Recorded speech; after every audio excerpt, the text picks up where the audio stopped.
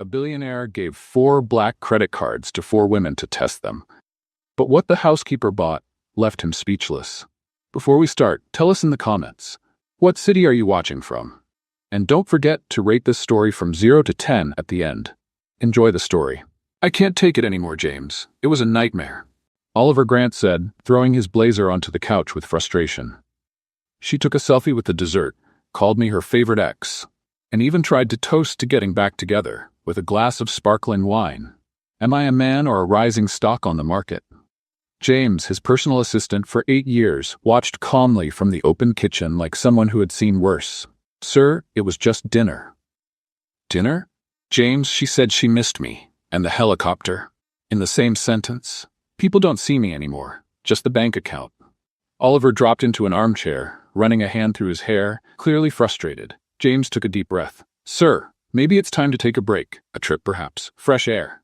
Oliver ignored him, and then in one of those impulsive bursts of either brilliance or madness, he had an idea. No, that's it. I'm tired of fake smiles, of hidden intentions. He turned, eyes bright with energy. You know what I'm going to do? I'm afraid to ask. A test, an experiment, a behavioral study. James narrowed his eyes. That never meant anything good. Sir, every time you use that tone, either someone ends up crying or it makes the news. This time it'll be different.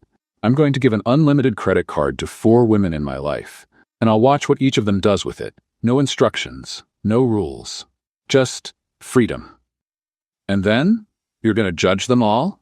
Isn't that a little manipulative? I won't judge. I'll observe. They'll reveal themselves on their own. Can I at least ask who the lucky ones are? Daisy, of course. She'll love this. Then Susanna, my assistant. She's always saying she knows how to make strategic decisions. Let's see what she does outside the office. Valeria, too. She's elegant but calculating. Always flirting with me. And, he paused for a second. And Grace. James' eyes widened. Grace? The housekeeper? Exactly. The one who once threatened me with a wooden spoon because I stirred her risotto? That one. She's the only one who's never asked me for anything, never treated me like a trophy. She hums while vacuuming and calls me Mr. Grant like she's bored. I want to see what she'd do with power in her hands. Or how dangerous that could be, James replied. Oliver, this isn't just wild, it's risky. You know this could go very wrong, right? Oliver ignored the warning. He was already on his phone, sending instructions to have the cards issued. The next morning, the penthouse was unusually quiet, which usually meant Oliver was up to something. One by one, the black envelopes were prepared, names written in silver ink by hand. Oliver arranged them like a chess master setting up his board. Susanna arrived first, always efficient with a perfect blazer and sharp heels. Good morning, Mr. Grant. I have something for you, he said, handing her the envelope. A gift, a little something for always being by my side. She raised an eyebrow. Are you dying? Not yet. Enjoy. It's yours for 3 days. No limit. She left the office with a slight blush and a smile that didn't hide her ambition. Next came Valeria, dressed like she was heading to a fashion shoot, even though it was just Tuesday morning. This some kind of trick, Oliver? She asked, looking at the envelope with elegant suspicion. It's just a gesture. Spend it however you like, for 3 days. Valeria smiled like she already knew exactly what she would do. Daisy showed up shortly after, stepping off the elevator like a reality TV star. A present? Ah, Ollie. I knew you still loved me. She held the card like it was a toothpaste commercial. It's yours for 3 days. Do whatever you want, he said with a smile. Just a little gift, that's all. Then came Grace. She walked in from the kitchen side, holding a bowl of raw dough and a dish towel over her shoulder. Hey, boss. That new oven's making weird noises again. Kinda sounds like it's coughing. Grace, Oliver called with a soft smile. I've got something for you. He discreetly handed her the black envelope. She looked at it like he'd just offered her a NASA contract. You're firing me? No, it's just a gift, a thank you. She opened the envelope slowly, saw the black card, and her eyes went wide. I gave you banana bread yesterday, and it was burnt. Are you feeling okay? Just take it, Grace. But what am I supposed to do with this? Use it however you want. It's yours for 3 days. Wow, seriously? I can buy whatever I want? Yes, and there's no limit, Oliver said, already walking away. Hours later, Oliver was in his office, a glass of whiskey in hand, looking out at the city through the glass window. Sir, James said as he entered, the transactions have started showing up. Anything unexpected? James hesitated. 3 helicopters, a $15,000 dress, 5-star hotel bookings. Nothing surprising. Oliver just nodded. And Grace's card? James looked at the tablet. Neighborhood grocery store, rice, poster paint, diapers, secondhand toys, and 200 hot dogs. Oliver slowly turned to face his assistant. Hot dogs? 200. He leaned back in his chair with a crooked smile. Now I'm really curious to know what she's up to. The next morning, Oliver was sitting at the penthouse dining table, absent-mindedly stirring his coffee while James organized some documents by the window. The silence was broken by a tablet notification sound. "Sir, more card activity just came in," James announced, adjusting his glasses. Oliver looked up, curious. "Tell me what's new." James checked all the card transactions. In just a few minutes, he had the full report. Daisy rented a helicopter to make an entrance at the Skyline Club. From what I saw on her social media, it was to impress a group of influencers. Susanna bought a whole new wardrobe at Bergdorf Goodman. $5,000 just on shoes. And Valeria? Hired an event planner to throw a gala next weekend. The theme is contemporary elegance. She's already sent invitations to half the Seattle elite. Oliver chuckled quietly, shaking his head. Predictable, like a Sunday afternoon romantic movie. And Grace? James asked, scrolling on the tablet. Well, her purchases are still a mystery. Tell me, another 200 colorful balloons, 30 pounds of sugar, arts and crafts supplies, paints, brushes, and a rented van for this afternoon. Oliver frowned. A van? For transporting. James paused, reading carefully. Supplies for charity event. Charity event? Grace is organizing a charity event? Apparently so, and sir, she also bought a clown costume. Oliver almost spit out his coffee. A clown costume? Medium size, red nose included. Oliver stayed silent for a few seconds, processing the information. Then he started laughing. James, of all the things I imagined might come out of this experiment, Grace as a clown was definitely not on the list. Maybe she's planning a career change, sir. Or maybe. Oliver paused, thoughtful. Maybe she's a lot more interesting than I thought. James watched him with a discreet smile. You're curious, aren't you? Very. And you know what happens when I get curious. You do something impulsive and probably problematic. Exactly. Oliver stood up and walked to the window. I need to find out what she's up to. Sir, with all due respect, spying on the maid might not be the best idea. It's not spying, James. It's scientific observation. Of course it is. Oliver spent the rest of the morning restless, trying to work but constantly distracted. By 2 in the afternoon, he couldn't take it anymore. He grabbed the keys to his most discreet car, a black SUV, and left the penthouse. Following the address James had gotten from the van rental company, Oliver arrived at a neighborhood he rarely visited. The houses were simple but well cared for, and in the distance he saw a small building with a sign that read, St. Francis Home, Shelter and Support. Oliver parked across the street and watched. The van was there, back doors open, and Grace was moving in and out, carrying colorful boxes. She wore an old t-shirt and jeans, her hair in a messy bun, and even from far away, he could hear her cheerful voice chatting with someone. After a few minutes of watching, Oliver made an impulsive decision. He got out of the car, crossed the street, and approached the orphanage entrance. "Excuse me," he said to an older woman at the front desk. "I'm Oliver Grant. I heard about the wonderful work you're doing here, and I'd like to help." The woman looked at him, surprised. "Oh, that's lovely. I'm Margaret, the director. Today we're having a special party for the children, thanks to the generosity of a truly wonderful young lady." "What a coincidence," Oliver smiled. "May I take a look?" Margaret led him down a simple hallway until they reached an inner courtyard where chaos had taken over. There were about 20 kids running in every direction, colorful balloons hanging from trees, tables covered with bright paper, and in the middle of it all, Grace. She was wearing a clown costume, a yellow and blue striped jumpsuit, big red shoes, and a rubber nose, and was trying to teach a group of kids how to make balloon animals. The result was a hilarious disaster. "So everyone, now you twist it like this and bang, the balloon popped in her hands. Oops, looks like that one turned into confetti." The kids burst out laughing, and Grace laughed too, pulling pieces of balloon out of her hair. "All right, let's try again. This time with less pressure and more hope." Oliver leaned against a nearby tree, watching in fascination. Grace was completely at ease, playing with the children as if they were old friends.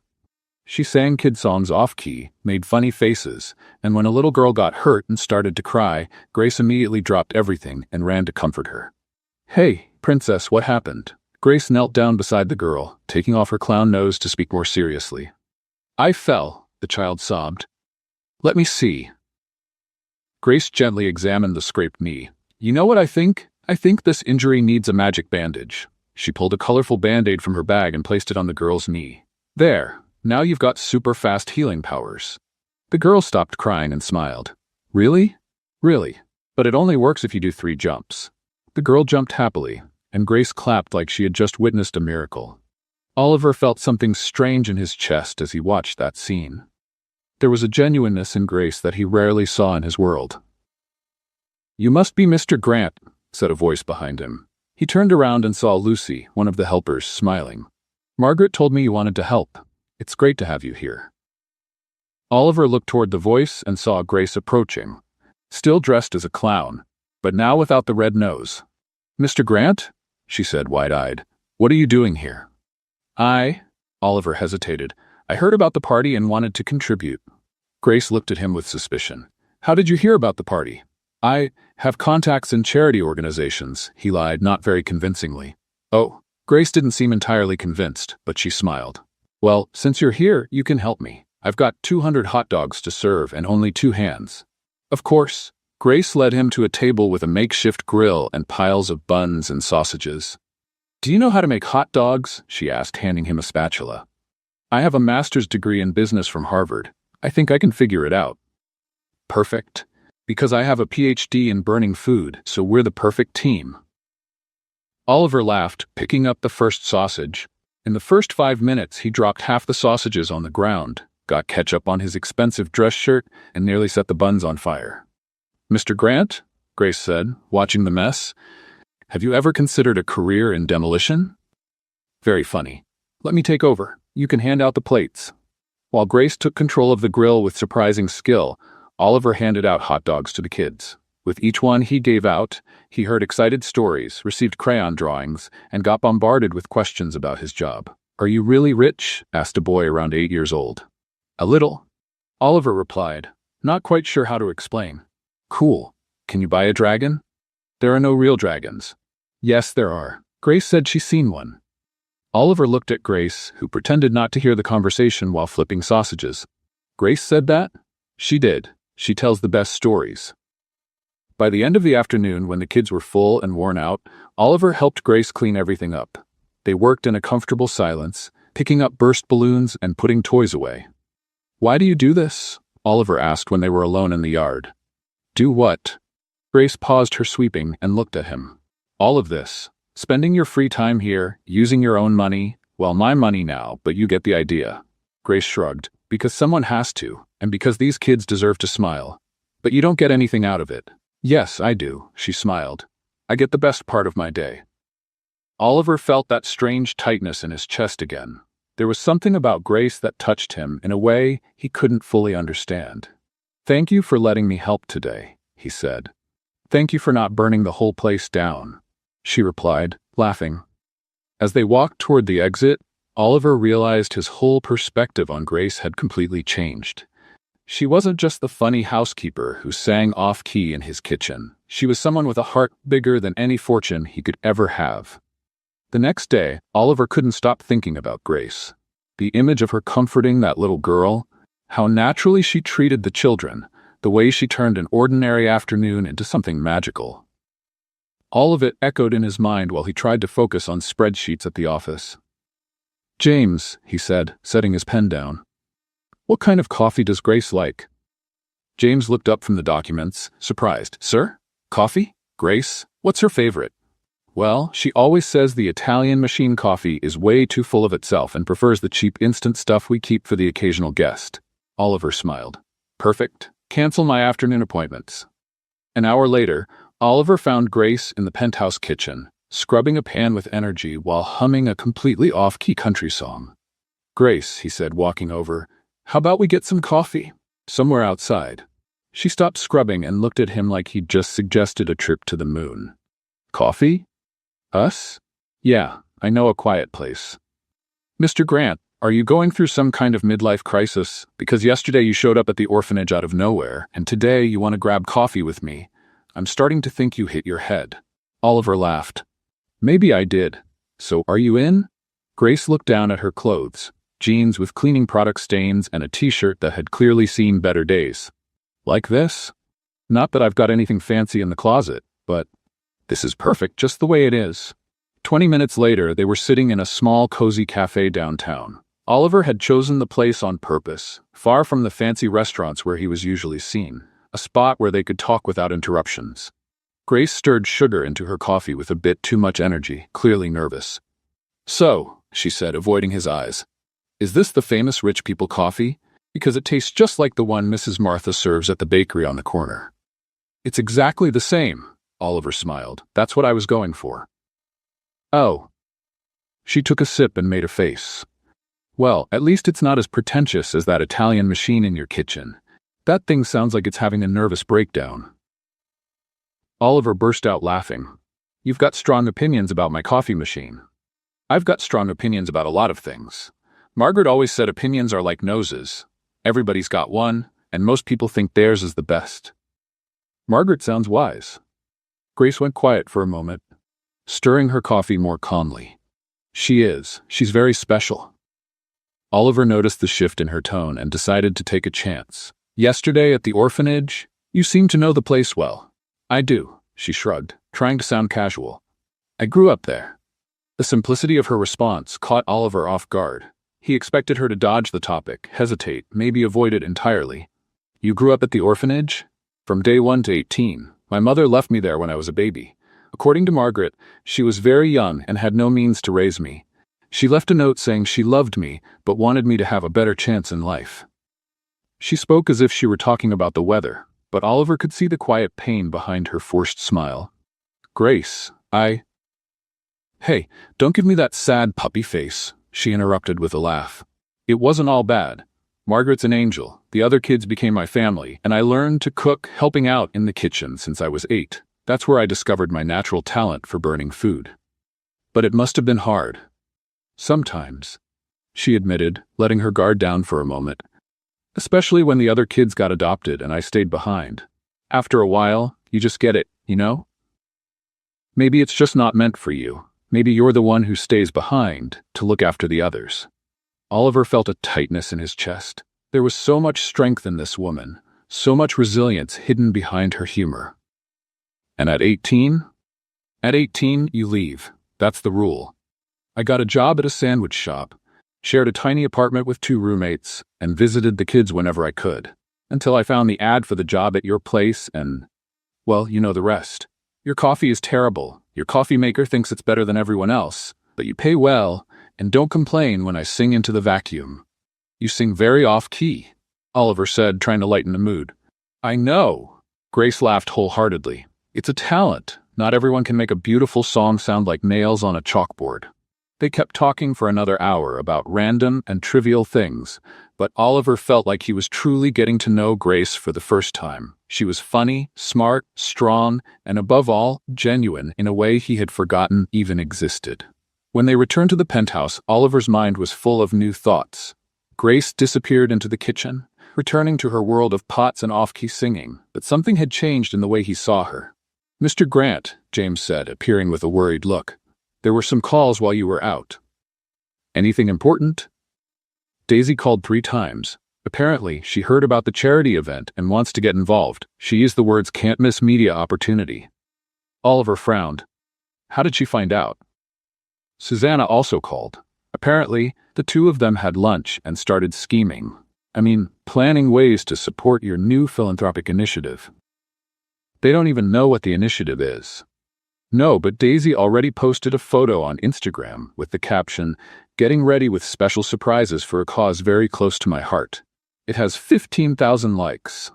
Oliver sighed. And Valeria? She called offering her event planner's services. Said such a noble cause deserves a presentation to match. In other words, they smelled an opportunity and want to take advantage of it. Exactly, sir.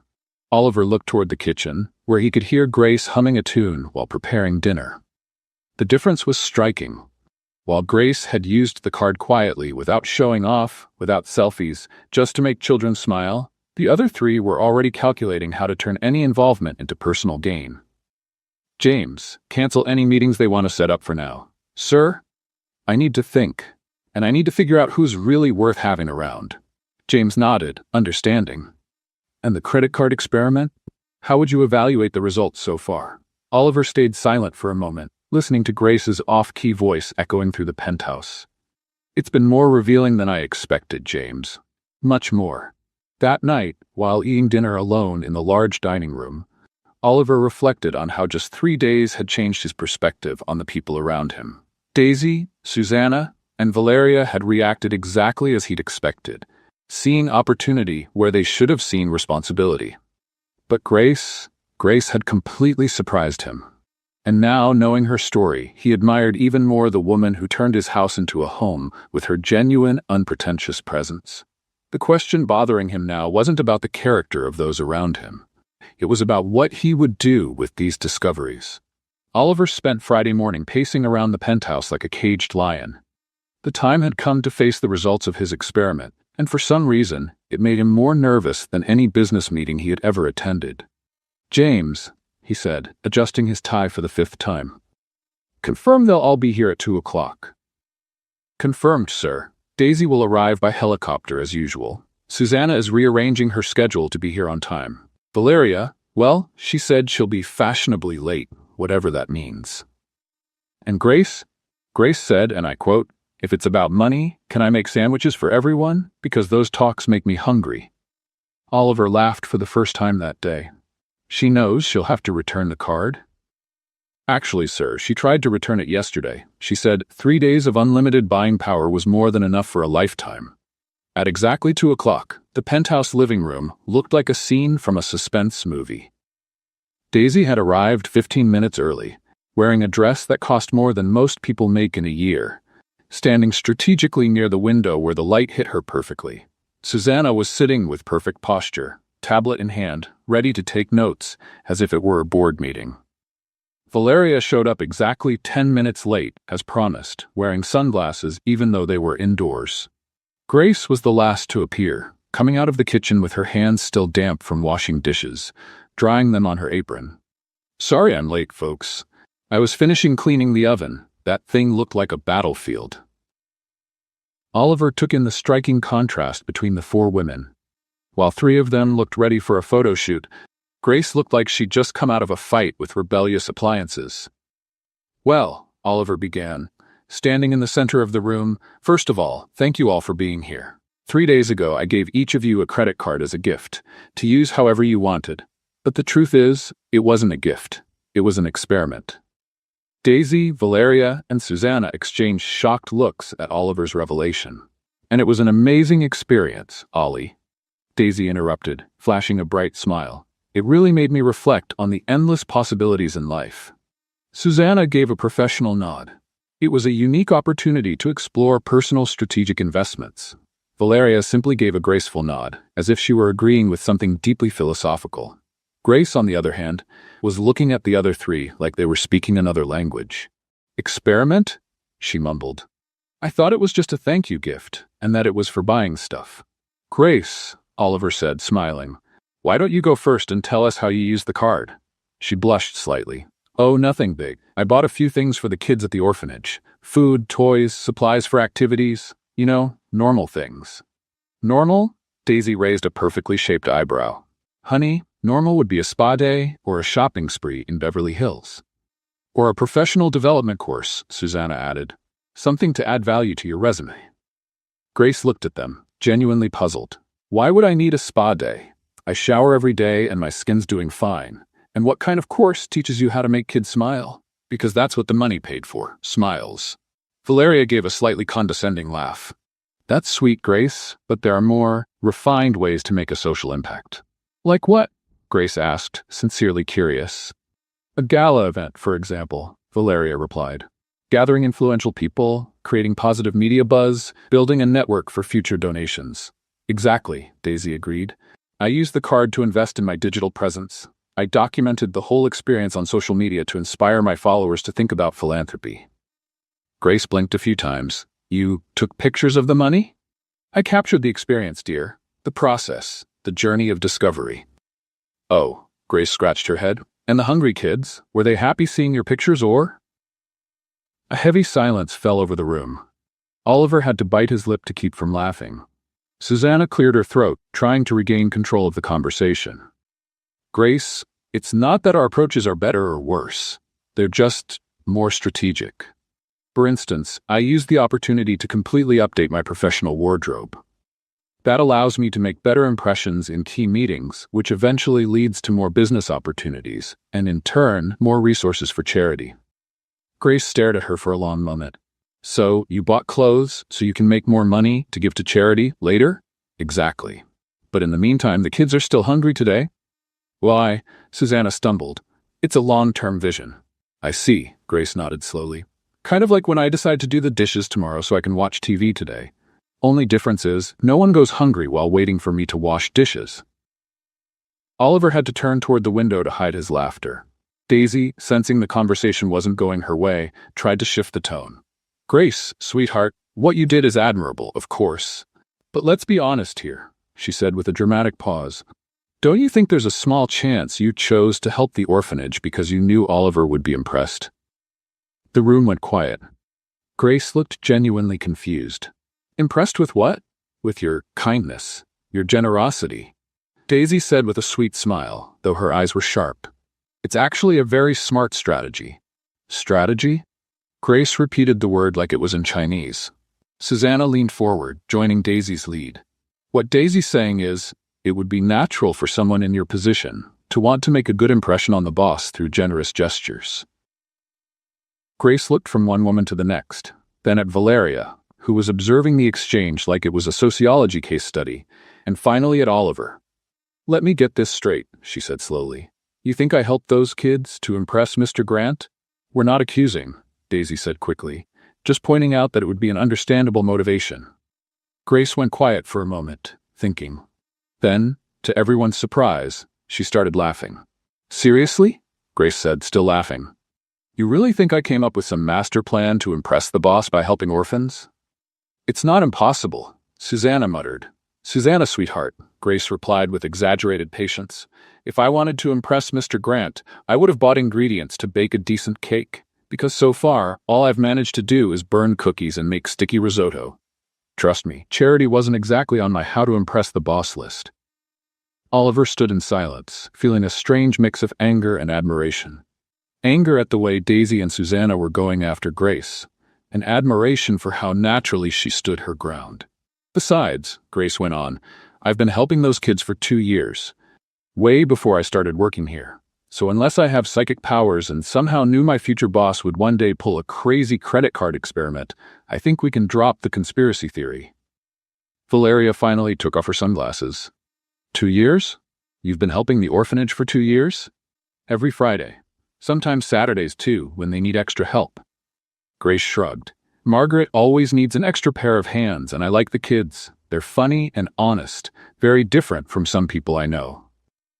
That last sentence came with a pointed look at Daisy and Susanna. Oliver felt a tightness in his chest.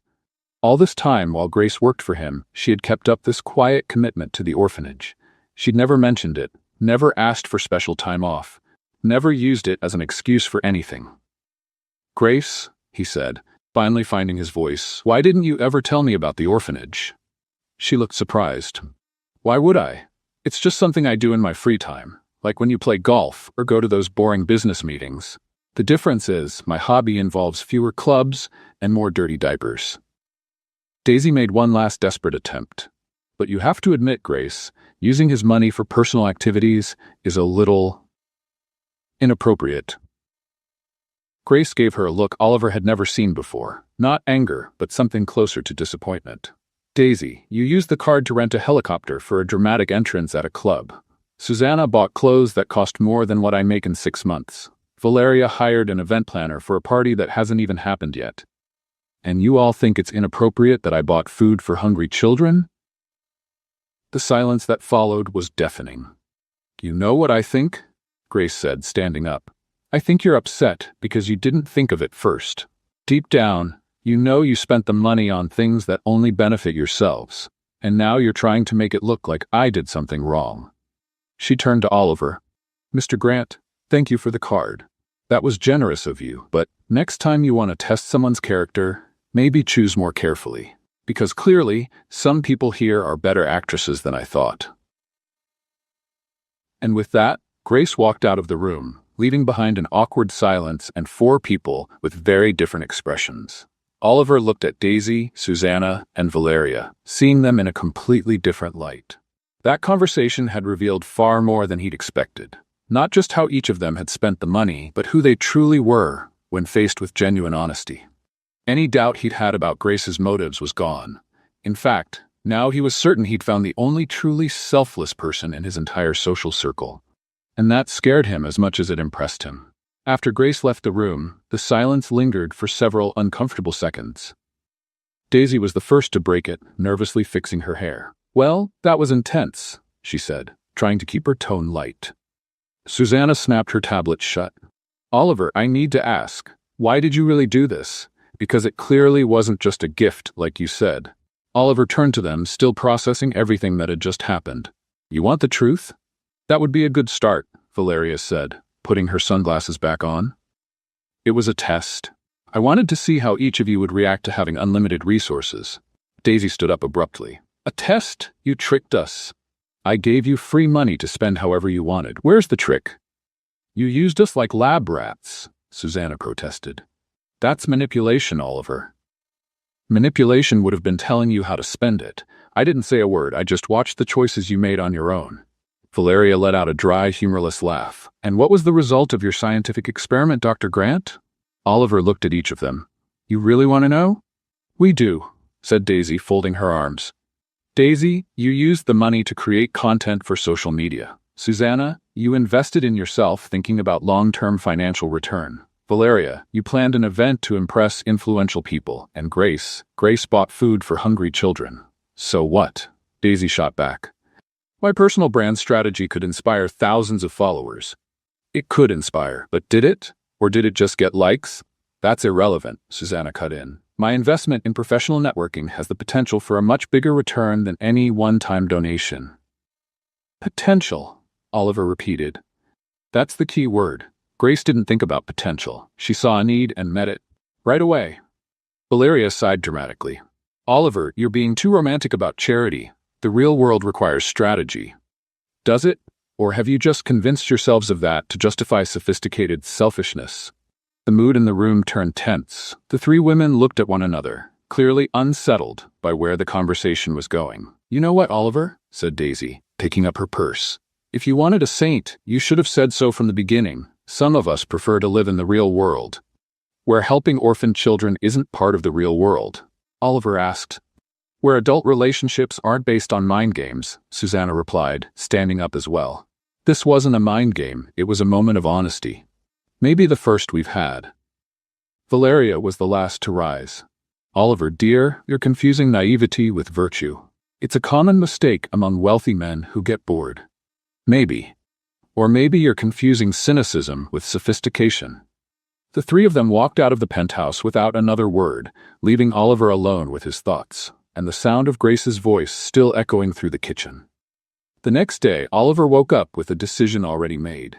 He found Grace in the kitchen, as usual, but this time she was unusually quiet, just stirring a pot of oatmeal without her usual off-key humming. "Grace," he said, approaching her carefully, "about yesterday." "Oh, hi, Mr. Grant," she answered without looking at him. "Sorry if I came on a bit strong. Sometimes my mouth works faster than my brain." "Don't apologize. You were standing up for something important." Grace finally looked at him, her expression curious. "I was?" "You were, and it gave me an idea." Oliver took a deep breath. "I want to officially support the orphanage, organize a big professional charity event that can really make a difference." Grace dropped the spoon into the pot. "Seriously?" "Seriously, but there's one condition." "Knew there'd be a catch," she muttered. "I want you to be the one to present the project." Grace looked at him like he'd suggested she fly to the moon. "Me? Mr. Grant, have you hit your head? I can barely order pizza on the phone without stuttering." "You can talk to 20 noisy kids at the same time. You can calm down a crying child. You can turn 200 hot dogs into a party. You can present a project. That's completely different. Kids don't judge me if I mess up. Rich, important adults do. Grace, you know the orphanage better than anyone. You know the needs, the children, their dreams. No one can tell that story better than you. Grace started pacing around the kitchen. Mr. Grant, I don't know how to speak in public. I don't even know what to wear to something like that. I'm going to look ridiculous and ruin everything. No, you won't. We'll practice. Practice? How? Start by talking to me. Tell me about the orphanage like I've never been there. Grace looked at him suspicious. Now? Now. But I'm making oatmeal, and I'm wearing a teddy bear apron. Not exactly the ideal setup for an important speech. Perfect. If you can convince me in a teddy bear apron, imagine in a formal dress. Grace sighed and stood in front of him, still holding the wooden spoon. All right. She cleared her throat. St. Francis Home it's a place where... She stopped. This is ridiculous. Keep going. St. Francis Home is a place where children who don't have families find. She waved her hands so much she splashed oatmeal on the wall. Oh my goodness, look what I did. Oliver laughed. Grace, take a breath. Forget it's a speech. Just tell me about the kids. She took a deep breath and tried again. The kids at the orphanage. They're special. Each one has a story, a unique personality. There's Tommy, who draws superheroes on every piece of paper he finds. Sarah, who sings in the shower and thinks no one hears her. And little Michael, who collects pebbles because each one has a different face. As Grace talked about the children, she changed. Her voice became stronger, her gestures more natural. Oliver could feel the genuine passion in every word. They don't need pity, she continued. They need chances. Someone to believe they can be anything they want. Margaret does that every day, but she's only one person, and there are always more kids arriving, more dreams to feed. Perfect, Oliver said when she finished. That was exactly it. Really? But I didn't even talk about numbers, budgets, or strategies. You talked about what really matters, about people. That's what moves hearts and opens wallets. For the next 2 weeks, Grace practiced her speech religiously. Oliver would find her in the kitchen each morning, gesturing toward the pots and pans as if they were her audience. Once, she was so focused that she didn't notice him walk in and continued her presentation to the blender. And that's why we need your support, she told the appliance. Together, we can change lives and... She spotted Oliver watching her. How long have you been standing there? Since the part where you called the blender distinguished audience. Oh no, how embarrassing. Grace covered her face with her hands. I've been practicing so much I'm starting to see people where there aren't any. You're doing great. Your passion is contagious. My passion is driving me crazy. Last night I dreamed I was presenting to a room full of forks and knives. Oliver laughed out loud. How did it go? The forks applauded, but the knives were divided, she said, then laughed at her own joke. Get it? Divided? Like when you cut something? I get it, Oliver said, still laughing. See? Even your nerves are funny. As the days went by, Oliver realized his favorite moments were the ones he spent helping Grace get ready. There was something comforting in the way she turned her fears into jokes, in how her insecurities made her more human, not less. One afternoon, while going over the speech for the 10th time, Grace stumbled on a word and said, philanthropy, as philanthropy. Philanthropy, Oliver repeated, raising an eyebrow. Yeah, maybe that's philanthropy for people who like to go hunting? Grace guessed, then dropped into the chair. Mr. Grant, I'm not cut out for this. I'm going to make a fool of myself in front of all those important people. Oliver sat down beside her. Grace, do you know what sets you apart from all those important people? They know how to pronounce philanthropy. They know how to pretend to care. You actually care. And that's worth more than all the perfectly pronounced words in the world. Grace looked into his eyes, and for a moment, the kitchen went quiet. There was something different in the air, a tension that had nothing to do with speech anxiety. Mr. Grant, she said softly, why is this so important to you? Because, Oliver hesitated, because you reminded me there are things more important than money, and because I want the world to see what I see when I look at you. Grace blushed and looked away. What do you see when you look at me? Oliver felt his heart race. That question carried so many possibilities, so many paths he wasn't sure he should take. I see someone who makes the world a better place just by being in it, he said, honestly. The silence that followed was unlike any before. It was full of meaning, of unspoken feelings, of a connection that grew stronger with each day of practice, every laugh they shared, every moment when two very different worlds met in that kitchen, full of pots and dreams. 2 weeks later, the day of the event arrived like a long-awaited storm. The grand ballroom at the Seattle Convention Center had been transformed into something straight out of a movie. Soft lights, elegant floral arrangements, and an atmosphere that screamed wealth and influence. Oliver watched the final preparations with a mix of pride and nerves. "Sir," James said, appearing beside him with a tablet, "we have 250 confirmed guests, including 15 CEOs from major corporations and at least 10 local media journalists." "And Grace?" Oliver asked, adjusting his tie for the third time. "She's in the makeshift dressing room, practicing her speech in front of the mirror. I heard her call her reflection the most honest audience she's ever had." Oliver smiled, but he couldn't hide his concern. Over the past 2 weeks, he had seen Grace grow from a nervous housekeeper into a passionate advocate for the orphanage, but events like this were uncharted territory for her. "James, are we sure this is a good idea?"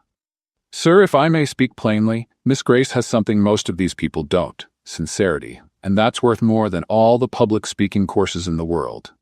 In the dressing room, Grace was having her own little crisis. She was wearing a simple but elegant black dress that Oliver had insisted on buying for her, and for the first time in years, she felt completely out of place. "Okay, Grace," she mumbled to the mirror. "You've got this. They're just people. Very rich, important people who could ruin your life with one wrong word, but still, just people." She took a deep breath and began rehearsing. "Good evening, ladies and gentlemen. My name is Grace, and..." She paused. "My name is Grace, and I work for Mr. Grant." "No, that sounds like I'm just the maid. My name is Grace, and I'm here to talk about..." She waved her hand so much that she knocked over a glass of water. "Perfect. Haven't even started, and I'm already knocking things over." A soft knock on the door interrupted her. "Grace?" Oliver's voice came from the other side. "May I come in?" "Sure, but get ready to witness a live disaster." Oliver stepped in and found Grace trying to mop up the spilled water with toilet paper. "How are you feeling?" "Like I swallowed a swarm of bees, angry ones." "It's normal to be nervous." "Mr. Grant, nervous is when you forget where you left your keys. This is full-on panic. I'm going to walk out there, open my mouth, and instead of smart words, a weird noise will come out that I won't even recognize." Oliver came closer. "Grace, look at me." She did, and he could see the real fear in her eyes. "You're not doing this for them," he said. "You're doing it for the kids. Think of Tommy and his superhero drawings, Sarah singing in the shower, Michael and his special little rocks." Grace took a deep breath. "You're right. They deserve for me to at least try not to look like a fool." "You won't look like a fool. And if you do, I'll be right there to help." 20 minutes later, the event was in full swing. The ballroom was packed with Seattle's elite, all elegantly dressed and speaking in hushed, refined tones. Oliver moved among the guests, but his eyes kept drifting back to Grace, who stood near the stage, clearly trying not to hyperventilate. "Oliver!" A familiar voice called out behind him. He turned and saw Daisy approaching, stunning in a red dress that probably cost more than Grace made in a year. "Daisy, I didn't expect to see you here." "Oh, you didn't really think I'd miss such an important event, did you?" She smiled, but there was something sharp in her eyes. "Especially after I heard your housekeeper would be the star of the evening." "Grace is not just my housekeeper," Oliver said, a bit more firmly than he meant to. "Of course not," Daisy agreed with sugary sweetness. "I've heard you two have been spending quite a bit of time together lately." "How romantic." Before Oliver could respond, Susanna appeared at Daisy's side, as if they'd coordinated their arrival. "Oliver, what a lovely event," she said, scanning the room with calculating eyes. "It must have cost a fortune. I hope the positive media coverage will be worth the investment." "It's not about media returns, Susanna. It's about making a difference." "Of course," she smiled. "And how convenient that Grace has so much influence over your philanthropic decisions lately." Oliver felt his irritation rising, but before he could reply, the lights in the ballroom dimmed, and an announcer asked for everyone's attention. Grace walked up to the stage like someone heading to their own trial. She stepped behind the microphone, looked out at the crowd of 250 well-dressed guests, and for a moment it looked like she might turn around and run. "Good evening," she said, her voice a little shaky. "My name is Grace, and..." She paused, took a deep breath, and continued. And I grew up in the orphanage we're here to support tonight. A murmur of interest swept through the room. Grace had decided, at the very last minute, to be completely honest about her background. I know you're all used to presentations full of charts and numbers, she went on, sounding a little more confident now. But I'd rather talk about people, about children with names, dreams, and stories all their own. She began talking about Tommy, Sarah, and Michael, and Oliver could see the audience leaning forward, truly listening. Grace was finding her rhythm. What these kids need isn't pity, she said, her voice now steady. They need opportunity. Someone who believes they can be anything they want to be. That's when Grace got a little too animated, talking about hope, and accidentally bumped into a waiter passing by with a tray of champagne. The waiter tried to regain balance, but it was too late. The tray flew, and the champagne dramatically splashed all over Robert Whitfield, one of the most important businessmen in Seattle.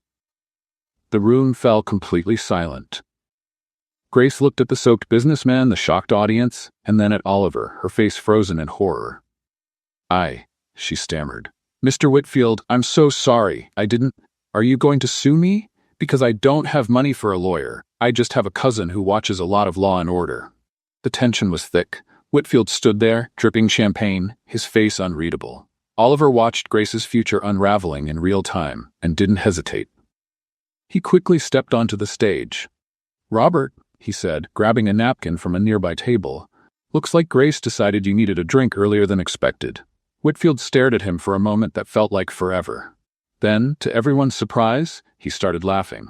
Well, Oliver, in 30 years of charity events, I can honestly say this is the first time I've become part of the presentation. Grace visibly relaxed. Mr. Whitfield, you're very kind. I promise next time I'll keep my hands glued to my sides. Next time? Whitfield smiled. Young lady, after a performance like that, you'll have invitations to events all over the city. Anyone who can make me laugh after soaking me in champagne definitely has my support. From that moment, the night shifted. Grace, now more at ease after surviving what she called the champagne disaster, gave her presentation with honesty and humor. She made the audience laugh with her stories, cry with her heartfelt descriptions of the children's needs, and open their wallets because of her genuine passion. When the presentation ended, the response was overwhelming. The donations exceeded all expectations. Hours later, as the event wrapped up and the last guests were leaving, Oliver found Grace out on the convention center terrace, gazing at the lit-up city skyline. So, he said, walking up beside her, how does it feel to survive your first gala event? Like I was hit by a truck full of fancy people, she replied with a laugh. But, you know, a well-meaning truck. You were amazing in there. I spilled champagne on the richest man in Seattle, and he loved it, just like everyone else. Grace, you raised more money in one night than the orphanage gets in a whole year. Grace turned to him, and Oliver noticed her eyes were filled with tears. Thank you, she said softly, for believing in me, for giving me this chance, for everything. Thank you, he replied, stepping closer, for showing me what really matters. They stood there, on the terrace, the sounds of the city below mixing with the comfortable silence between them. Oliver looked at Grace, her hair slightly messy from the busy night, the elegant dress she still didn't seem used to, the genuine smile lighting up her face, and felt something he hadn't felt in years. Grace, he said, his voice lower now. Yes? He didn't know how to explain what he was feeling, so he simply leaned in and kissed her. It was a gentle kiss, hesitant at first, but it quickly deepened as Grace responded. When they pulled away, both were slightly out of breath. That, Grace began, was unexpected, Oliver finished. But not bad, she added, blushing. Definitely not bad. They smiled at each other, and for a moment the world felt perfect. But not everything that feels perfect truly is. Downstairs, Daisy and Susanna were quietly watching through the window, having seen the kiss from behind the glass. Well, Daisy murmured to Susanna, this changes everything, doesn't it? It does, Susanna agreed, already calculating. But maybe not in the way they're hoping. The smiles on both their faces did not promise anything good for the couple on the terrace. The following Monday, Oliver's penthouse had a strange new energy. Grace was humming more off-key than usual as she made breakfast, and Oliver kept finding reasons to walk through the kitchen every 5 minutes, as if he needed to check whether the microwave was still working. Mr. Grant, Grace said, not turning from the pan where she was scrambling eggs. You've walked through here 4 times since you woke up. You checking to see if I'm stealing the spices, or do you actually want to say something? Oliver stopped at the kitchen doorway, caught in the act. I was just checking if you needed anything. Uh-huh. Grace turned with a playful smile. And this has nothing to do with that Saturday night kiss? Oliver's face turned red. Grace, about that. Relax, Mr. Grant. I'm not going to sue you for harassment or anything, she laughed. But I'll admit, I'm a little confused. I mean, is it normal to kiss your boss? Because I don't remember that part in the housekeeping manual. Before Oliver could respond, the intercom buzzed. James announced an unexpected visitor, David Richardson, a board member from the foundation that had hosted the event. Send him up, Oliver said, intrigued. 15 minutes later, David was in the living room, a well-dressed man in his 40s with a charming smile and a clear interest in Grace. Oliver, my friend, I came personally to thank you for Saturday's spectacular event, David said, though his eyes kept drifting toward Grace, who had entered with the coffee tray. All the credit goes to Grace, Oliver replied, noting just how focused David was on her. Ah yes, the lovely Grace, David stood as she approached. May I say, miss, your presentation was the most genuine I've seen in years of attending charity events. Grace blushed. Thank you, Mr. Richardson, though I'm pretty sure the others didn't include flying champagne. David laughed heartily. Exactly. It was refreshing. In fact, he leaned forward slightly. I was wondering if you'd like to have lunch with me this week.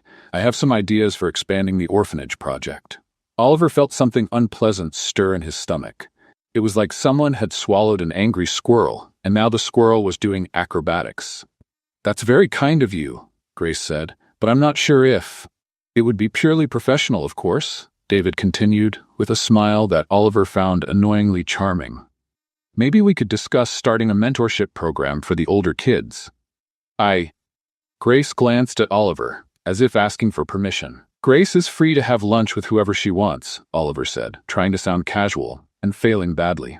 David handed Grace his business card. Perfect. How about Thursday? I know a lovely place downtown. After David left, the apartment felt oddly quiet. Oliver busied himself with papers in his office, more intensely than necessary, while Grace finished tidying up the living room. Mr. Grant, she finally said, are you okay? Because you look like someone stole your favorite ice cream. I'm fine. Why wouldn't I be? I don't know.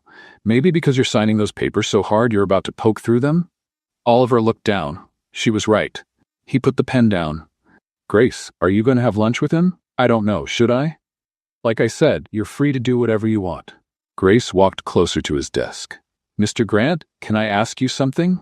Are you jealous? Jealous? Oliver tried to laugh, but it came out more like a squeak. That's ridiculous. Why would I be jealous?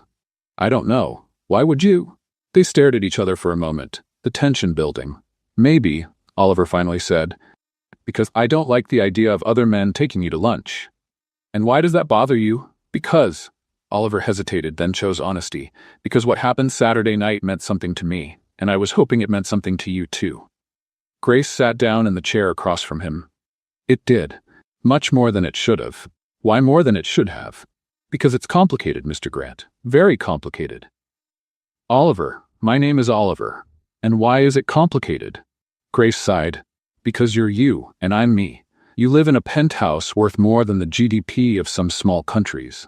I share an apartment with a roommate who collects haunted porcelain dolls. So your world is made of charity galas, imported cars, and people who use words I have to look up in the dictionary. My world is made of buses, tiny apartments, and people who think caviar is just a fancy kind of fish. Oliver laughed. Grace, do you really think I care about any of that? You should, she said, fidgeting with her hands. Oliver, I don't know how to be a millionaire's girlfriend. I don't know what to wear in fancy restaurants. I don't know the rules of your world. I'll probably mess things up and embarrass you. You embarrass me? Grace, you're the most genuine person I know. You made Robert Whitfield laugh after you spilled champagne on him. You turned 200 hot dogs into an unforgettable party. And you talk to children like they're the most important people in the world. But that's not enough for your world. It is enough for my world. In fact, it's more than enough. It's perfect.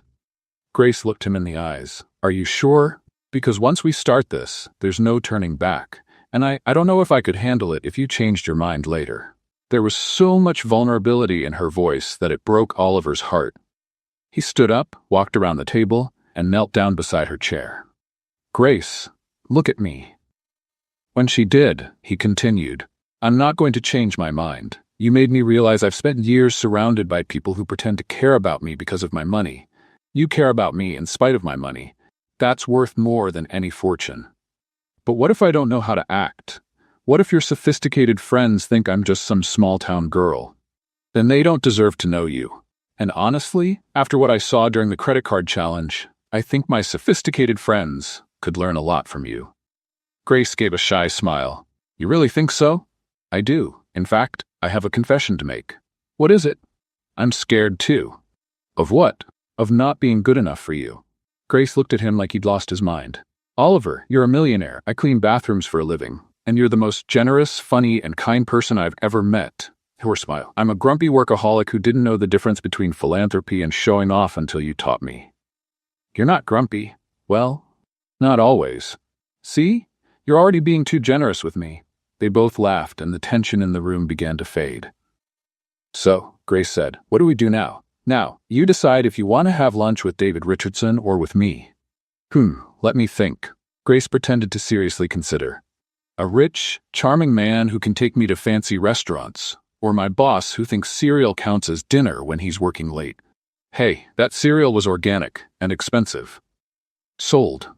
Grace smiled. But only if you promise not to look like a sad puppy every time some guy talks to me. I promise to try. And you have to stop pretending to check the microwave every 5 minutes. That wasn't pretending. I was genuinely worried about the microwave. Oliver, all right. I promise to be less obvious about my neurotic need to be near you. Better. While they laughed and talked, neither of them noticed the figure watching from the building across the street. Daisy was sitting in a cafe with a perfect view of Oliver's penthouse through the large glass windows. She lowered the binoculars and picked up her phone. Susanna, it's me. We need to talk. Right away. Is something wrong? Let's just say our little maid friend just became a much bigger problem than we thought. Daisy hung up and looked once more at the couple in the penthouse, now sitting close, talking intimately. A cold smile formed on her lips. If Grace thought she could just walk into Oliver's life and take her place without consequences, she was badly mistaken. Some people needed to learn the hard way where they belonged in this world. And Daisy was more than willing to teach that lesson. 3 days after the conversation in the penthouse, Grace was in the kitchen making lunch when she heard Oliver's phone ringing nonstop in the office. Normally, she wouldn't have paid attention, but there was something urgent in the tone of the ringtone that made her pause and listen. James, cancel all my meetings for today, she heard Oliver's tense voice say, and prepare a press statement. We need to control this before it gets out of hand. Grace frowned. She rarely saw Oliver that shaken over work. She went back to preparing the salad, but couldn't shake the feeling that something wasn't right. The phone rang again, and this time she heard James answer. Mr. Grant's office? Yes, he's aware of the article. No, we have no comment at this time. Thank you. Grace was starting to feel worried when Oliver came into the kitchen, wearing an expression she had never seen on him before, a mix of anger and concern. Oliver, are you okay? You look like you've seen a ghost. Grace, I need to show you something, but first I want you to know that I don't believe a single word of what's written. What are you talking about? Oliver hesitated, then picked up the tablet and opened a local news website. The headline made Grace feel like she'd been punched in the stomach. Scandal. Housekeeper accused of embezzling funds from charity event. What? Grace took the tablet with trembling hands and began to read. The article claimed that sources close to the charity event had revealed Grace used her position of trust to divert some of the raised funds for self-promotion and personal gain. It cited evidence that she had inflated the costs of supplies for the orphanage and pocketed the difference. This is a lie.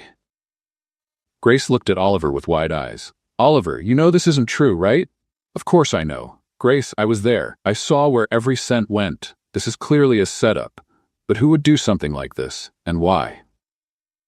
Before Oliver could answer, the phone rang in the penthouse. James appeared at the kitchen entrance with a grim expression. Mr. Grant, it's Channel 7 News. They're asking for a statement about the accusations against Miss Grace. Oliver ran a hand through his hair. Tell them we're preparing an official response. Grace stared at him. An official response? Oliver, why didn't you just say it's a lie? Because, Oliver hesitated, because I have to be careful with what I say to the press. I need all the facts before making a public statement. All the facts? What facts? You were there. You know I didn't do this. Grace, I know, but... But? Her voice dropped, but it was full of hurt. There's a but? Oliver realized he'd stepped into dangerous territory. Grace, it's not that I doubt you. It's just that I need to protect the foundation, the project, your reputation. My reputation? Grace let out a bitter laugh. Oliver, my reputation just got destroyed online, and you think you're protecting it by playing it safe? The phone rang again. This time, it was Grace's cell. She looked at the screen. It was Margaret from the orphanage. Hello, Margaret? Grace, sweetheart, I saw the article. What nonsense. Are you all right? I'm trying to figure out what's going on. Well, I want you to know nobody here believes a word of that rubbish. The kids are asking when you're coming to visit again. Grace felt her eyes well up. Thank you, Margaret. That means a lot to me. When she hung up, Oliver was watching her with a guilty expression. Grace? You know what's funny? She interrupted him. Margaret, who's known me for years, knew instantly it was a lie. But you kissed me 3 days ago, and now you need more information. It's not like that. It's not? Grace walked over to the window, turning her back to him. Oliver, I've spent my whole life being left behind by people who were supposed to trust me. My mother left me at the orphanage. Foster family after foster family gave up on me. And now, when I finally thought I found someone who saw me for who really am. Grace, I do see you. That hasn't changed. Hasn't it? Then why didn't you immediately defend my honesty? Why did you hesitate? Oliver stayed silent because deep down he knew she was right. For a split second when he read the article, a small part of him had wondered if there was any chance he'd been fooled. Not about the money, he knew that was a lie, but about her intentions. And that tiny hesitation had shown through. Grace, you don't need to explain. She turned to him, and Oliver saw silent tears running down her face. I understand perfectly. What did you understand? That in the end, I'm just the maid who stepped out of place, and when things get hard, it's easier to back away than to stand up for me. That's not true, isn't it? Then why didn't you pick up the phone and immediately say you know my character? Why didn't you defend the woman you say you love? Oliver realized he had made a terrible mistake. Grace, you're right. I should have reacted differently. You should have. She wiped her tears with the back of her hand. But you didn't, and that tells me everything I need to know. Grace left the kitchen and came back a few minutes later with a small backpack. What are you doing? I'm leaving. Leaving where? Leaving the job. Leaving your life. Leaving this whole mess. Grace, you don't have to do this. We'll find out who's behind this. We'll clear your name. Oliver. She stopped at the door and looked him in the eyes. The difference between us is that you think my name needs clearing. I know it never was dirty. And if you don't know that too, then maybe I was wrong about who you really are. Grace, please, don't leave like this. Like what? Disappointed? Hurt? Because that's exactly how I feel. Stay, at least until we fix this. Grace shook her head. Oliver, I spent years in the orphanage watching kids wait for their parents to come back for them. They never did. I learned early on that when someone doubts you, even for a second, it's because deep down they've already decided you're not worth fighting for. I didn't decide that. Yes, you did. The moment you hesitated to defend me, the moment you thought maybe, just maybe, I was capable of stealing money from orphans. Oliver felt like he had been punched, because she was right. For a split second he had doubted her. Not her honesty about the money, but her motivations overall. And now he saw how cruel and unfair that had been. Grace, take care, Oliver. And next time you meet someone who really cares about you, trust her from the start, because it might be the only chance you get. Grace walked out of the penthouse, and Oliver stood there in the empty kitchen, hearing the echo of his own mistakes. The silence that followed was deafening. No off-key singing, no clattering pans, no life in the space she used to fill. James appeared in the doorway a few minutes later. Sir, Channel 7 called again. They want to know if you'll be making any kind of statement. Oliver looked out the window, watching Grace walk down the street below, carrying her little backpack like it held her whole life. James, prepare a full statement defending Grace's integrity. I want it strong, with no room for doubt. Yes, sir. May I ask what made you change your mind about being cautious? Oliver kept watching until Grace turned the corner and disappeared. I just realized I lost the only person who truly matters, and I realized I've been a complete fool. Sir? James, cancel everything I have today. I need to find out who did this to her, and then I need to figure out how to earn back the trust of someone I never deserved in the first place. James nodded and quietly left, leaving Oliver alone with the weight of his hesitation and the certainty that he had just made the biggest mistake of his life. The penthouse had never felt so empty, so cold, so lifeless. And Oliver realized that all the money in the world couldn't buy back what he had lost through his lack of faith. 48 hours after Grace left the penthouse, Oliver had become a male version of an obsessed private investigator. Papers were scattered all over his office desk. 3 cups of cold coffee sat abandoned, and he wore an expression James had only seen once before, when Oliver discovered someone was trying to buy his company behind his back. James, Oliver said, looking up from a pile of printed-out social media posts, I need your help. Of course, sir. Though I should mention, you're looking a bit wild. Oliver glanced at his reflection in the window. James was right. His hair was a mess, his beard was growing in, and there was a coffee stain on his dress shirt. James, I need you to do something that might seem a little unconventional. Sir, I worked for you during that phase when you decided to learn the saxophone at 3 in the morning. My definition of unconventional is pretty broad. Good. Because we need to investigate Daisy and Susanna, discreetly. James raised an eyebrow. Investigate how exactly? Like detectives, undercover detectives. Sir, may I suggest we hire actual professionals for that? There's no time. I need evidence now, and besides...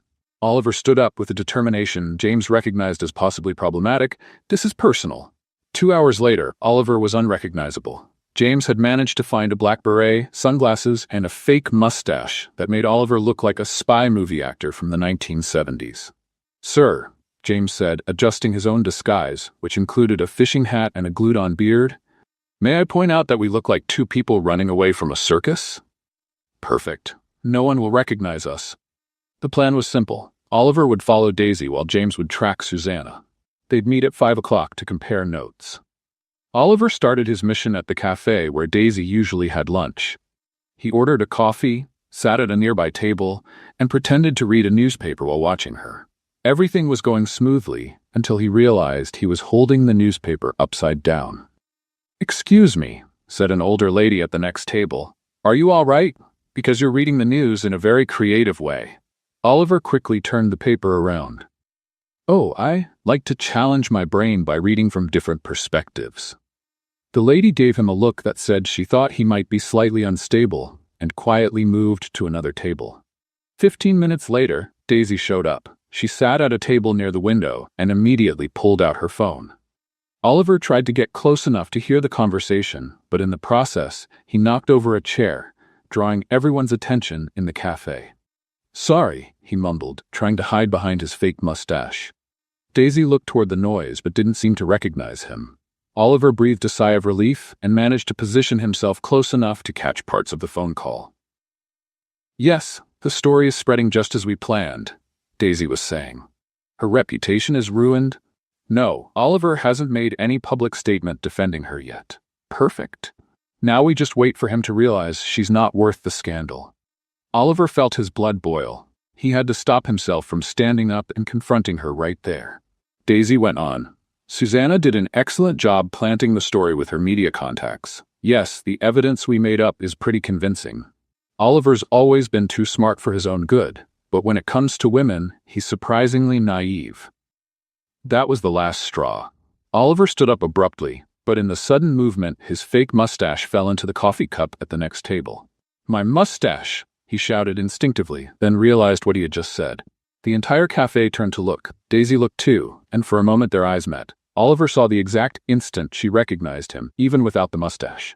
Oliver? She said, eyes wide. No, I'm Roberto. Roberto with the mustaches. I sell mustaches. Daisy slowly stood up. Oliver Grant, what are you doing here dressed up as whatever that is? Finding out the truth about you, he said, giving up the act. I heard everything, Daisy, about you fabricating evidence, planting the story in the media. Daisy smiled coldly. Did you prove anything? Because all you've got is the word of a man who was spying on people with a fake mustache. She had a point. Oliver realized that even though he heard the confession, he had no real proof. But you know what, Oliver? Daisy continued. I did you a favor. I saved you from a gold digger who was just waiting for the right moment to make her move. Grace is not a gold digger. She didn't even know I had money when she started working for me. Oh, please. Of course she knew. You think someone takes a job in a penthouse without knowing who the boss is? Oliver hesitated for a second. It was true Grace knew he had money, but that doesn't matter, he said finally. She never asked me for anything. She never tried to take advantage. Not yet. I bet now she'll show up with some emotional distress lawsuit. You don't know Grace. I know women like her, and you should too after everything you've been through. Daisy grabbed her purse and stood up. Oliver, when you're done playing Prince and Pauper, give me a call. I'm still willing to forgive you for this crazy phase. She walked out of the cafe, leaving Oliver alone with his discoveries and a fake mustache floating in a cup of coffee. Meanwhile, James was having his own little investigation at the office where Susanna worked. Disguised as a flower delivery man, he managed to get inside the building and was trying to find out more about her role in the scandal. Delivery for Susanna Williams, he told the receptionist. She's in a meeting. You can leave it here. Actually, I need her signature in person. These are expensive flowers. The receptionist sighed. Room 1205. But make it quick. James went up to the 12th floor and found Susanna on the phone in her office. The door was slightly open, allowing him to hear the conversation. Yes, Mom, I know it sounds cruel, but it's business. Oliver needs to understand there are consequences to his romantic choices. No, I don't feel bad. That woman was clearly taking advantage of him. James moved closer but accidentally bumped into the hallway plant. The noise made Susanna glance at the door. Excuse me, James said, pretending to recover himself. Flowers for you. Susanna frowned. I didn't order flowers. Oh, but someone did. A secret admirer, maybe? James stepped into the office and placed the flowers on her desk, discreetly pressing the record button on the phone Oliver had given him. Who sent them? Susanna asked. I'm afraid I can't say, ma'am. Professional flower delivery confidentiality. Susanna seemed to accept the answer and went back to her call as James left. He stayed just outside the door, recording the rest of the conversation. Now, where was I? Oh yes, Grace is already out of Oliver's life, just like we planned. Now we just have to wait for him to realize he needs someone at his own social level. At 5 in the afternoon, Oliver and James met at the penthouse to compare what they'd found. Both looked visibly tired and still a bit ridiculous in the remnants of their disguises. Sir, James said, I got a recording of Susanna admitting to being part of the plan. And you? I heard Daisy confess everything, but I couldn't record it. Still, between the two pieces of evidence, I think we've got enough. What do we do now? Oliver looked out the window toward the city, thinking about Grace. Now we clear her name. And then, I'll have to figure out how to earn back the trust of someone I hurt deeply. Sir, may I say something? Of course. Miss Grace wasn't like the others, and you knew that from the very first day. Oliver nodded sadly. I did know. And I still doubted her. What kind of man does that make me? A man who made a mistake, sir, but also a man who's willing to make it right. Oliver pulled off the last bit of his fake mustache and threw it in the trash. James, set everything up for a press conference, 1 week from today. It's time to tell the truth. 1 week after their undercover investigation, Oliver stood in front of St. Francis' home with a determination he hadn't felt in days.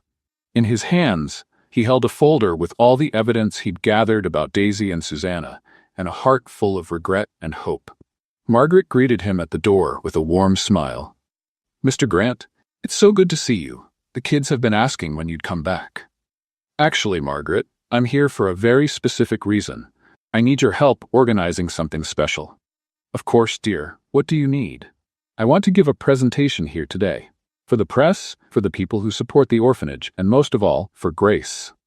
Margaret raised an eyebrow. Grace? She hasn't been around since that awful story in the news. That's exactly what I want to talk about. Margaret, Grace is innocent. I have proof of who really set her up. Of course she's innocent.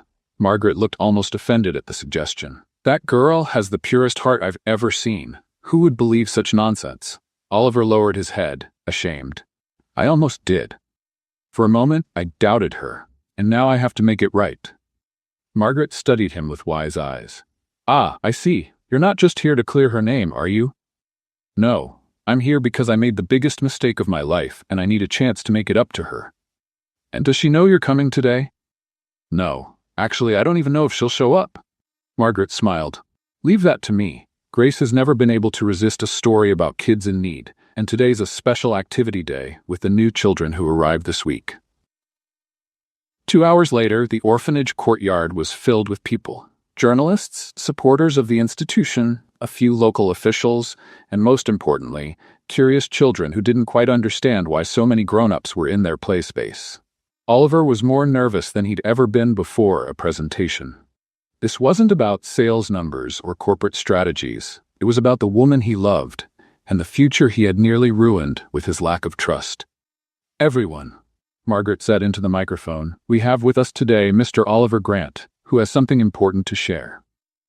Oliver stepped onto the small makeshift stage, looked at the crowd, and for a moment felt like he might faint. Then he saw Grace. She was standing in the back of the courtyard, clearly having arrived without knowing what was going on.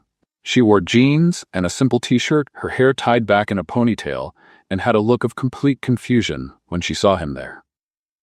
Good afternoon, Oliver began, his voice slightly shaky. First of all, I want to apologize for turning this peaceful place into a media circus.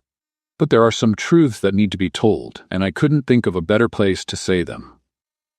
He took a deep breath and went on. As many of you know, recent accusations were made against Grace Williams, an extraordinary woman who gives her free time to help the children of this institution. Not only were those accusations false, but they were deliberately fabricated. A murmur spread through the crowd. Grace remained still, watching. I have here evidence, Oliver held up the folder, that proves 2 people from my social circle conspired to slander Grace for purely personal reasons. Daisy Patterson and Susanna Torres created false documents, planted stories in the media, and tried to destroy the reputation of a woman whose only fault was having too big of a heart. Journalists began scribbling furiously in their notepads. But I'm not just here to reveal the truth about this scandal. I'm here to reveal the truth about myself. Oliver searched the crowd for Grace. She had moved a little closer, but still kept her distance. When those accusations came up, I failed Grace in the worst possible way. For a moment, a terrible and inexcusable moment, I doubted her. Not her honesty about the money. I always knew that part was a lie, but I doubted her intentions. And in doing that, I showed that I knew absolutely nothing about the woman I claimed to love. Grace stopped walking, her eyes widened. Because if I truly knew Grace, Oliver continued, his voice growing stronger, I'd know she's incapable of doing anything that would hurt a child. I'd know she would rather go hungry than take food from someone in need. I'd know she's the most genuine, funny, caring, and honest person I've ever met. Tommy, one of the kids Oliver had met at the hot dog party, tugged on Grace's shirt. Grace, why are you crying? Grace quickly wiped her eyes. I'm not crying, Tommy. It's just dust in the air. But there's no wind today, the boy replied, with the sharp logic only a child can deliver. Oliver smiled on stage, overhearing the exchange. Grace Williams, he said now, speaking directly to her, you taught me that real wealth isn't measured in dollars, but in how many smiles you can create. You taught me that generosity isn't about how much you give, but about giving everything you can. You taught me that love isn't about finding someone perfect, but about finding someone who makes you want to be a better person. Grace was clearly struggling to hold back tears. And I want to be a better person, Oliver went on. I want to be the man you deserve, the man who trusts you from the beginning, who stands up for you without hesitation, who sees your worth not in spite of where you came from, but because of who you chose to become. Sarah, another child, whispered something in Grace's ear. Grace shook her head, but Sarah insisted, gently nudging her toward the stage. What did she say? Oliver asked, stepping away from the microphone. Grace was just a few steps away now, still hesitant. She said, Grace cleared her throat, that if you're apologizing in front of everyone, it must mean you really mean it, and that I should give you a second chance, because everyone deserves a second chance. Sarah is very wise, Oliver said, smiling. Yes, kids have a way of making things simple. Michael, the boy who collected little stones, ran over and held Grace's hand. Grace, are you sad because of the handsome man? Not exactly, Michael. Then why don't you go talk to him? When I'm sad, Margaret always says talking helps. Grace looked at Michael, then at Oliver, then at all the people watching, waiting for her answer. Michael, sometimes grown-ups make things complicated. Sometimes when someone hurts you, it's hard to trust again. But you taught us that everyone messes up sometimes, and that forgiving makes you feel better. Grace laughed through her tears. I really said that? You did. When Tommy broke my favorite drawing and I got mad, you said holding a grudge is like holding on to trash. It just stinks and doesn't do any good. Grace looked at Oliver, who was watching the conversation with a mix of hope and nervousness. You know what, Michael? You and Sarah are right. She let go of the boy's hand and walked confidently toward the stage. Oliver quickly stepped down to meet her halfway. Grace, You're an idiot, she said, but she was smiling. I am. Completely. An idiot who almost lost the best thing that ever happened to him. Almost? Grace stepped even closer. Oliver Grant, if you ever doubt me again, I'll make you eat my burnt food for the rest of your life. I'll take the punishment. And you'll have to put up with my off-key singing every morning. I already miss it. And never again will you hesitate to trust me. Because I'm not like the other people in your world. I'm me. And if that's not enough... Oliver interrupted her with a kiss. It was a kiss filled with apology, love, a promise for the future, and deep relief, all at once. When they finally pulled apart, the entire courtyard was cheering. Reporters, supporters, staff, and most of all, 20 kids making as much noise as possible. Does this mean you're getting married? Tommy shouted over the crowd. Grace and Oliver laughed, still wrapped in each other's arms. Maybe, Grace answered, if he promises never to wear a fake mustache again. How did you know about the fake mustache? James told me everything. Apparently, you made a complete fool of yourself trying to investigate Daisy. Completely ridiculous, Oliver admitted. Good, because if you're going to fight for me, I'd rather it be as your true self. Even if you're a bit clumsy when it comes to spying. Oliver kissed her again, and this time there was no hesitation, no doubt, no fear. Only the certainty that he had found his true home. Not in the luxury penthouse, but in the arms of the woman who loved him exactly as he was. 6 months after their reconciliation at the orphanage, life had taken a turn neither Oliver nor Grace could have imagined. The penthouse, once a cold symbol of corporate success, had become something entirely different. A real home, constantly filled with laughter, lively conversations, and occasionally Grace's off-key singing in the kitchen. Oliver, Grace called from the kitchen on a Saturday morning. I need your help in here. And bring James too. Oliver walked in to find Grace surrounded by at least 15 children from the orphanage, all wearing makeshift aprons made from tablecloths, trying to help with the weekly community lunch that had become a tradition at the penthouse. What happened here? Oliver asked, taking in the flour that had made its way onto nearly every surface in the kitchen. Tommy decided he knows how to make bread, Grace explained, brushing flour out of her hair. And apparently, a pinch of yeast in his language means the whole packet. The dough is growing by itself, Tommy shouted, pointing at a bowl that looked like it was about to overflow. It's magic. It's science, Sarah corrected him, always the most studious of the group. Yeast releases gases that make the dough expand. Magic or science, Oliver said, rolling up his sleeves. We're going to need help if we want to stop this dough from taking over the entire kitchen. James appeared at the doorway and calmly observed the chaos, clearly used to the new reality of the penthouse. May I suggest we order pizza? He said diplomatically. Absolutely not, Grace protested. These kids deserve a homemade meal, even if I have to wrestle this dough myself. 2 hours later, after plenty of teamwork, laughter, and a few small battles with stubborn ingredients, the kitchen was finally back in order, and lunch was ready. The dining table, which once seated only Oliver in his elegant solitude, was now filled with cheerful voices, funny stories, and the contagious energy of children who felt truly at home. Mr. Oliver, said Michael, the pebble collector, tugging at his shirt sleeve, when are you going to ask Grace to marry you? Oliver nearly spit out his juice. Michael, Grace turned red as a tomato. You don't just ask things like that. Why not? Michael looked genuinely confused. You're always kissing, and Margaret says when two grown-ups like each other a lot and keep kissing, they get married. Out of the mouths of children, James murmured, hiding a smile. Well, Oliver said, deciding to face the question head-on, maybe that's something Grace and I should talk about. You haven't already? Tommy asked. Because you already live together. You already take care of us together. You already argue about burnt food. I do not burn food, Grace protested. Yes, you do, came the unified reply from the group of kids.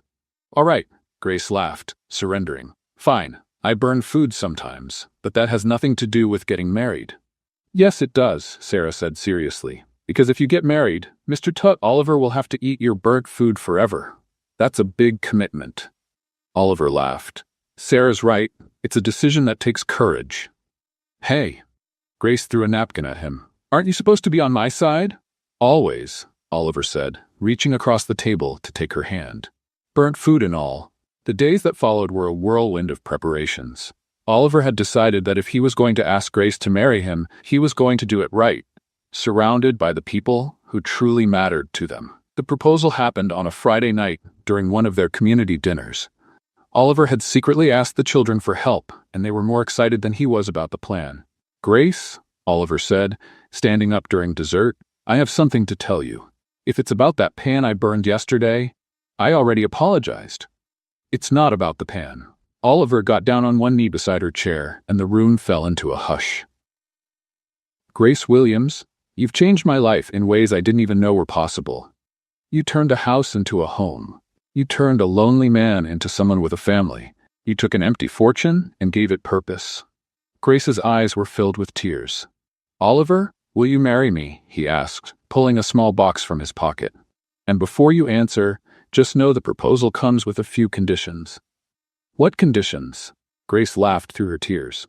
First, you'll have to put up with my irrational jealousy when other men look at you. Second, you'll need to teach me how to cook, because by now it's clear my survival in the kitchen depends on you. And third, you have to accept that our house will always be full of noisy kids on the weekends. And will you accept my conditions too? Grace asked. What are they? First, you'll have to deal with my off-key singing every morning. Second, you'll have to accept that I'll burn the food at least once a week. And third, you have to promise you'll never doubt me again, even when I do something that seems completely crazy. I accept all the conditions, Oliver said. So? Of course I will, you silly man. Grace threw her arms around him, almost knocking him over in the process. The wedding took place 2 months later, in the spring, in the gardens of St. Francis' home. Oliver had insisted on keeping it simple, and Grace agreed, as long as they could include all the children from the orphanage in the ceremony. The result was a celebration no one would ever forget. Grace wore a simple but elegant dress, while Oliver chose a navy blue suit that matched perfectly with the relaxed theme of the event. Margaret officiated the ceremony, and the children served as ring bearers, flower girls, and apparently spontaneous commentators. You can kiss now, Tommy shouted before Margaret had even finished the ceremony. Tommy, we're not at that part yet, Sarah whispered. But they've already kissed a bunch of times. Why do they have to wait? Margaret laughed. Well, maybe we can move things along. Oliver, do you take Grace as your wife, in sickness and in health, with burnt food and edible food alike? I do, Oliver said, smiling. Grace, do you take Oliver as your husband, in moments of sanity and moments of fake mustaches for spy missions? I do, Grace laughed. Then now you may kiss. The kiss was interrupted by Michael, who had been tasked with carrying the rings on a small pillow. In the excitement of the moment, he tripped, and Oliver's ring flew through the air. I lost the ring, Michael shouted in a panic. Don't worry, Oliver said calmly. The ring isn't what matters. But it doesn't count without the ring, Tommy protested. I found it, Sarah called out, holding up the ring, which had rolled under a chair. Crisis averted. The party lasted the rest of the afternoon.